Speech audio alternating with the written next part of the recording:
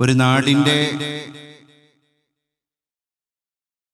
ഒരു ഗ്രാമോത്സവം പോലെ, അല്ലെങ്കിൽ ഒരു നാടിൻ്റെ വർണ്ണാഭമായ ഒരു മേളനം, അത് വർഷത്തിൽ ഒരാണ്ടറുതിയുടെ ഭാഗമായി നാം ചേരുന്ന പോലെയാണ് അക്ഷരാർത്ഥത്തിൽ മാമ്പുഴയിൽ സമുചിതമായ രീതിയിൽ എല്ലാ വർഷവും നാം നടത്തിക്കൊണ്ടിരിക്കുന്ന ഈ ഉറൂസ്, ഈ ആണ്ട് നേർച്ച. അതിലൊരുപാട് ആളുകൾ അവരുടേതായ ലക്ഷ്യ സാഫല്യങ്ങൾ, ഉദ്ദേശ സഫലീകരണങ്ങൾ ഒക്കെ സാർത്ഥകമായിട്ടുണ്ട്, സഫലീകരിക്കപ്പെട്ടിട്ടുണ്ട്. ഇവിടെ സംഭാവന അർപ്പിച്ചു, ഇവിടത്തേക്ക് നേർച്ച നൽകി, ഇവിടത്തേക്ക് ദാനധർമ്മങ്ങൾ നൽകി, ഈ മനോഹരമായ ആത്മീയ സംഗമത്തിന്റെ ഓരം ചേർന്ന് നിൽക്കുന്ന പല ആളുകളും അതിന്റെ അനന്തര ഫലങ്ങൾ സന്തോഷത്തോടെ ഏറ്റുവാങ്ങാൻ സൗഭാഗ്യസിദ്ധിയുണ്ടായ ആളുകൾ. അതുകൂടി നമ്മൾ സന്തോഷം ഇവിടെ ഓർക്കണമല്ലോ.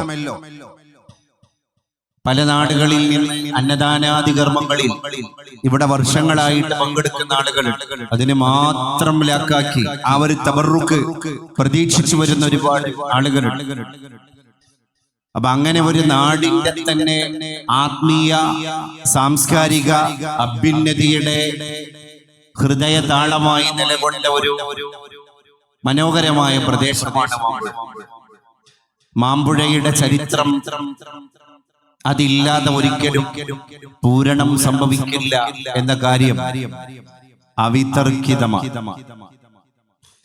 ഇപ്പൊ അൽഹംദുലില്ലാഹ് ഇവിടെ ബഹുമാന്യനായ ഉസകുട്ടി മാഷ് സ്വാഗത ഭാഷണത്തിൽ ഈ സ്ഥാപനത്തെയും ഇവിടെയുള്ള മനോഹരമായ ഐതിഹാസികമായ ദീനി മുന്നേറ്റങ്ങളെയും ഇവിടുത്തെ വിദ്യാർത്ഥികൾ എത്തിപ്പെട്ട അഭിമാനകരമായ മണ്ഡലങ്ങളെയും ഒക്കെ പരിചയപ്പെടുത്തുകയുണ്ടായി.